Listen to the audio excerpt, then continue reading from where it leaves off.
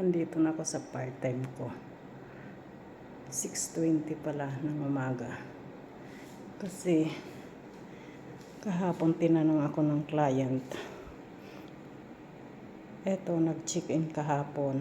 Itong para sa tabula na to. 3 persona nag-check-in kahapon. 7 days sila dito naka-stay. Ito, sa isang kwarto. Mag-check out na sila ngayon. Before 7, sabing ganon.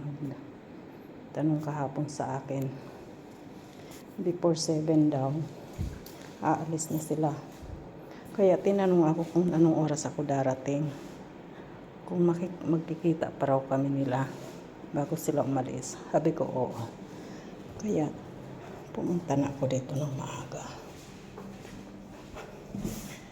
Tingnan ko yung dryer ko kahapon. Ayan, tapos na. I-off ko muna. Tingnan natin kung natuyo ng husto. Kasi pag hindi, ulitin ko ng ilang minutes. Tapong ko muna ang tubig. Diba? Tapos buksan ko yung washing na may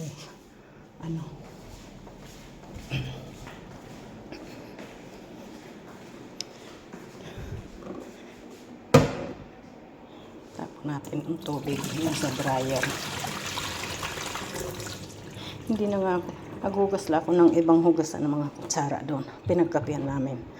Sa kasama ko, siya na ang sabi ko maghugas ng mga hugasan.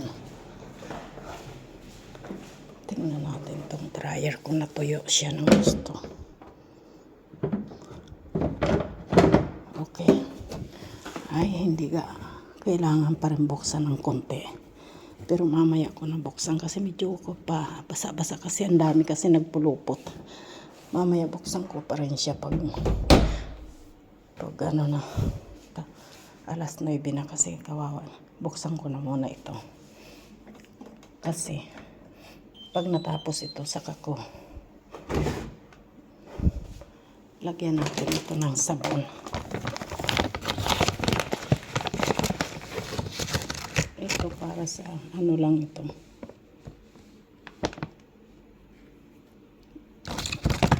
Bacterial.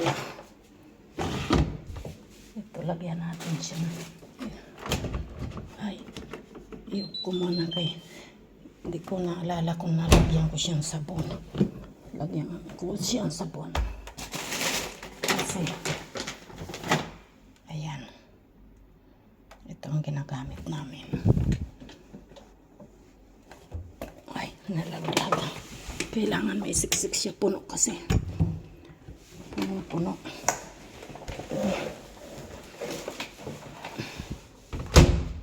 Yan.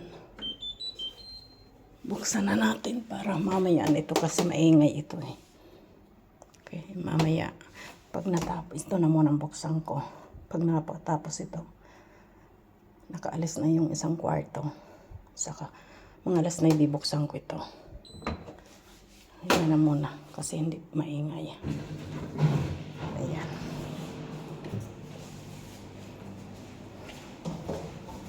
Sara muna natin pinto para hindi ma-istorbo ang tao. Siguro nandyan pa rin naman kayo may ilaw sa banyo. Ayan. Ibig sabihin hindi pa nakaalis kaya. Hindi pa sila nag-almusala. 7 days yan sila dito naka-check-in. Nagkape muna ako. Nagkapigatas na rin ako kanina sa bahay. Kaso lang, magkakape ako ng ginseng. Magkape tayo ng ginseng para hindi tayo Yan. Ginseng.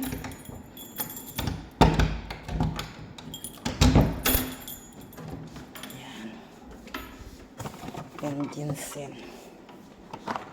Kasi para hindi tayo antukin. Mabuti kay maaga sila alis. Makapaglinis ako ng maaga. Maaga ako makapaglinis. Hinsin ang ikakape ko. Kasi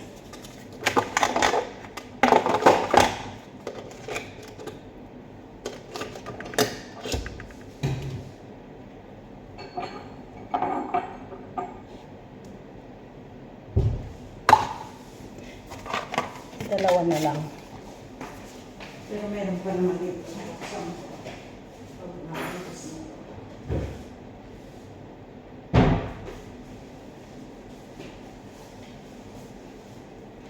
Diba? Ito. Nandito na naman ako sa part-time. Kagabi hindi ako natulog sa kusina. Kaya, pero hindi ako, inantok ako kanina na alas 4. Pero tinuis ko. Nagkape na lang kami. Kaya hindi ako nakatulog kanina sa tindahan, sa kusina.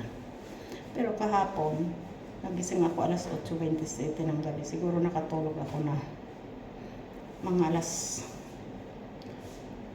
3:30, tulog na ako ng hapon. Alas 4:30, alas 5, alas 6, alas 7. Halos nakatulog akong 4 hours kahapon. Kasi nung isang araw, sunod-sunod yung 2 araw, 1 oras lang talaga natulog ko. Para na rin ako lumulutang. Ang ano na ng ulo ko, na walang tulugan. Tapos ang ibang araw, 2 hours, 3 hours, yan lang pinakaano. Ito ngayon kahapon, naka-4 na oras ako. Kaya kahit papano. Okay. Mahirap pala pag ganyan. Mahirap talaga pag hindi kagamit ako ng maayos. Yung ibang pakiramdam sa ulo yung parang ang gaan-gaan ng ulo. Diba? Diyan ay ko pumunta rito. Ay, toothbrush agad ako.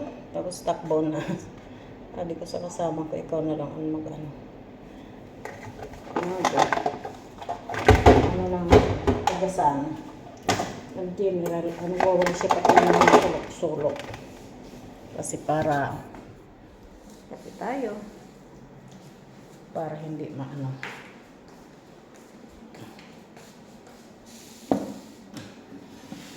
Ganyan mga client ko dito, kung paalis na sila, lalo yung mga 7 na sa ganyan. Naano sila sa spring. Sana makita pa namin bukas pag alis namin. Andito ka na. Ganyan sila.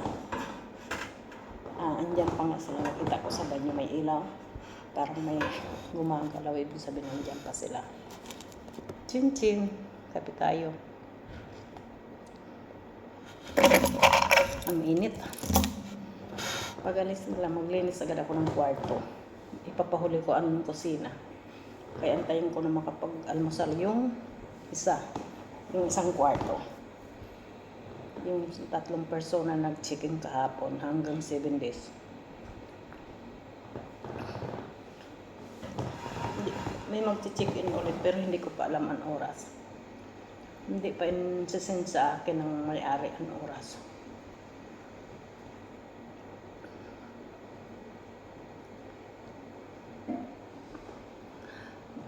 Ganyan ang pagsakripisyo trabaho ng gustong kumita. Kailangan mag-part-time pa ng more. Diba?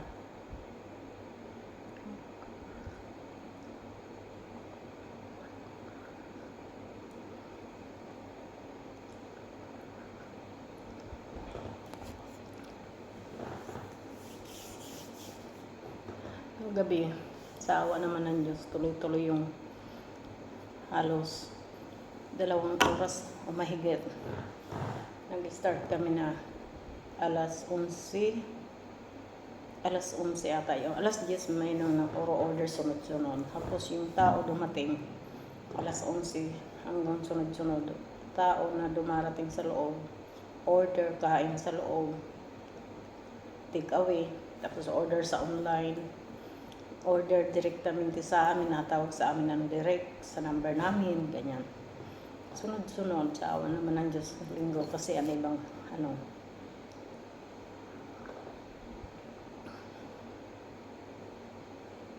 6:30 na.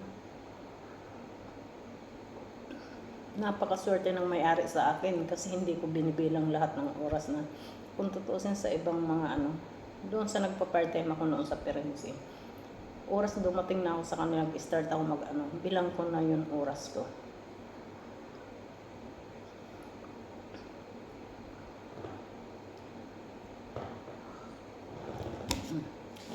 Ganyan. Good morning. Buongiorno, buongiorno sa dito sa Italia. Good afternoon sa Pilipinas. Hello. Hello everyone, mga ka-OFW ko rin. Lahat tayo palaging mag-free lagi at lahat mag-iingat. Ang pangit na naman na nakita ko sa Rapid Tulfo. Na panood ko kami sa YouTube, pero hindi ko nga natapos kasi busy pag may client na sunod-sunod. Mamaya papanoorin ko yung tatapusin ko na may namatay na naman na 2 OFW. Kawawa naman. Hindi pa ko pa natapos, pero naano ko na parang may intatrata, hindi naman maganda ang trata ng amo sa kanila. Kaya kawawa din. Sana naman ang gobyerno natin, iba na ba yung papuntang Saudi, Kuwait, yung mga laging may pinapatay na Pilipinas, sana hindi na pinapayagan ng gobyerno natin na magpalabas ng mga kababayan natin na papunta doon sa lugar na yon. Kasi, oo nga, hindi naman lahat ng amo masasama ang ugali, pero sa mga lugar na yan, halos 100%. Ang maraming hindi maganda talaga na ano. Dito sa Italia wala kang mabalitaan ng ganyan. Dito takot sila. Tsaka dito pag nasa tama ka, ako nung dati na mamasukan ako sa matatanda, kapag ang mga anak masyadong lalo na kung mga Alzheimer na magulang, wala na sa isip, may mga anak naman na masyadong sensitive, mareklamo o sinasagot ko talaga. Ang sabi ko, ako pahamon, sabi ko. Kasi sa isip ko, wala naman, hindi lang naman sila ang magiging amo. Sa isip ko, maraming trabaho. Ibig sabihin, hindi ito para sa akin. Hindi ito magandang trabaho na para sa akin. Ang sagot ko, kung masyado kayo na delikado sa mga magulang nyo, sa nagtababantay, bakit pa kayo nakuha? Dapat kayo na lang ang magbantay. Kayo ang maglinis sa amo nyo, sa magulang nyo. Kayo magluto, magpakain. Kayo mag-monitor pagbigay ng gamot. Kayo maglinis ng bahay ng magulang nyo. O dito na kayo tumira para at least kayong gagawa ng lahat. Yun, nasagot talaga ako sa totoo lang. Tapos lalo na kapag basta minsan sabihin niyan, minsan mayan, masuri din sila. At saka sabi ko lahat na naging amo ko. Pag ako nagustuhan ko ang amo, hindi ako inatrata mali. Sabi ko, pag hindi ako inatrata ng maganda, wala akong pakialam. Mas gusto ko yung inaantay ko na ako paalisin. Kasi, na regular ka na nila, 1 buwan ka pa lang, 2 buwan. Mas gusto ko yung sila magkusa ng paalisin ko. Kasi pag ikaw ang pinaalis, pwede kang mag-file sa patronato ng diskupasyoni. Ibig sabihin diskupasyoni na wala kang trabaho para monthly may darating ka na habang wala kang trabaho, may matanggap ka na pera galing sa SS. Pero pag ikaw ang nagkusa umalis, pag ginawa ang kanilang lisensyamento, nakasulat doon na ikaw ang nagkusa umalis, hindi ka ma-aproba ng patronato ng SS na bigyan kanila buwan-buwan. Saka pag ako hindi ko nagustuhan ng amo, pag ganyan strikta ang anak at ang amo naman ay may pagkaramot, kain, laging ako nagiging para paalisin ako. Pero talagang lahat naman ng ginamo ko, tumatagal ako. Pinagkakatiwalaan ng susi, sawa ng Diyos. Kag ang mga matatanda na inalagaan ko, tinuturing ko para din mga lola, lolo. Lalo na kung mabait sa akin din ang matanda na ko. Ganyan. Sila dito, kung anong patakaran ng gobyerno, sunod sila. Takot sila. At dito, walang nananakit dito sa katulong. At wala ka dito mabalitaan na nirip ng amo, ng anak ng amo. Wala. Takot yan sila. At saka, hindi, talagang ito sa Europe, dito sa Italia, aywan ko lang sa ibang parte ng Europe.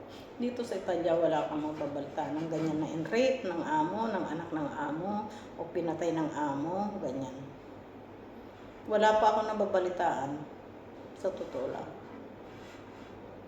Pero sa Saudi, nakakatakot. Pati parking quiet. So, ganito, pinatay ng amo, hindi pinapakain ng amo, ganyan lang ipapakain ng amo, tira-tira. Dito, pag naka-stayin ka sa among matanda, pag hindi mo gusto, pwede ka mag-request na ang pagkain mo, ikaw nang bahala para sa pagkain mo, basta ibigay na lang nila ang allowance ng monthly kung magkano gusto mo. Ano iba, may nagbibigay 100, depende yun. May 80, may 75, ganyan. At least, para kung anong gusto mong kainin, mabibili mo. Yun. Kaya, tapos ganyan kahirap ang nasa abroad talaga, humanap ng pera. Tingnan mo ako, nagpupuyat para maghanap ng pera. Magtrabaho para kumita ng pera. Walang tulog. Tapos wala pang tulog, diretso ka agad dito sa part-time para mag-part-time pa rin. Para kumita pa rin. Pero ang kalusugan ko naman, delikado, buyagwag naman sana. Sana naman, bigyan pa rin ako ng Panginoon ng magandang kalusugan. Yun pa rin hinihiling ko.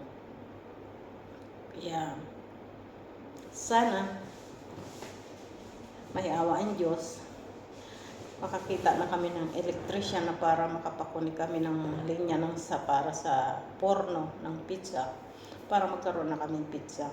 Pag kami nagkaroon ng pizza, lalong iwanan ko ito. At saka kukuha kami ng isang kasama namin na para dagdag income yung pag may pizza. At saka, naplanohan ko na ito iwanan next year, baka matuluyan ko na iwanan kapag nagkaroon kami ng pizza bago. Sana nga. Kaso lang, tagal na namin hindi kami makakita ng electrician. Gusto namin kasi yung electrician na regular, na may license. Kasi hihingi kami certificate na sa paggawa ng linya. Kasi hinahanap yan ng inspektor sa tindahan. Ito, sinong gumawa yan? May certificate ba yan? Patingin? Ganyan. Lahat masyado dito kaya mahirap, hindi basta-basta makatayo ng negosyo sa Italia kung wala kang. Lahat, puro talaga yan, may certificate. Lahat, pati ang kapa, may certificate din. Kaya, mahirap. Kaya, thank you, Lord. Kahit ito isang klaseng blessing na binigay mo sa akin. Kahit pa paano. Yun lang, share ko lang sa inyo yan. Lalo na sa mga OFW katulad ko. Mga OFW, mag-pray lang tayo lagi lahat. At pag nagiging stress kayo, kailangan i-pray nyo pa rin. Sana laging malinaw ang pag-iisip natin. Kasi, may naman din talaga na minsan hindi nakakayanan. Ang sinasabi ng iba na stress tapos nagpapakamatay. Kailangan pray pa rin tayo para lumuwag ang pag-iisip natin. Yung bang maging maayos ang pumapasok sa isip natin. Yun lang, at sana mag-iingat parati tayo lahat. Lalo na sa trabaho na hindi mahulog. Pag naglilinis ng bintana, mga salamin, ganyan. At saka paglabas, oras ng day off nyo, mga OFW, isipin natin lagi na kailangan natin mag-ingat ng lahat kasi may pamilya tayo sa Pilipinas, nag-aantay. At yun lang masasabi ko. Maraming salamat. Bye-bye. Dito lang muna ako upo, mag-cellphone, antay sa client na makapag-almusal sila. Okay, bye-bye. Salamat po. See you next time. Ayan. Ayan. Ganyan yan. Nalagi.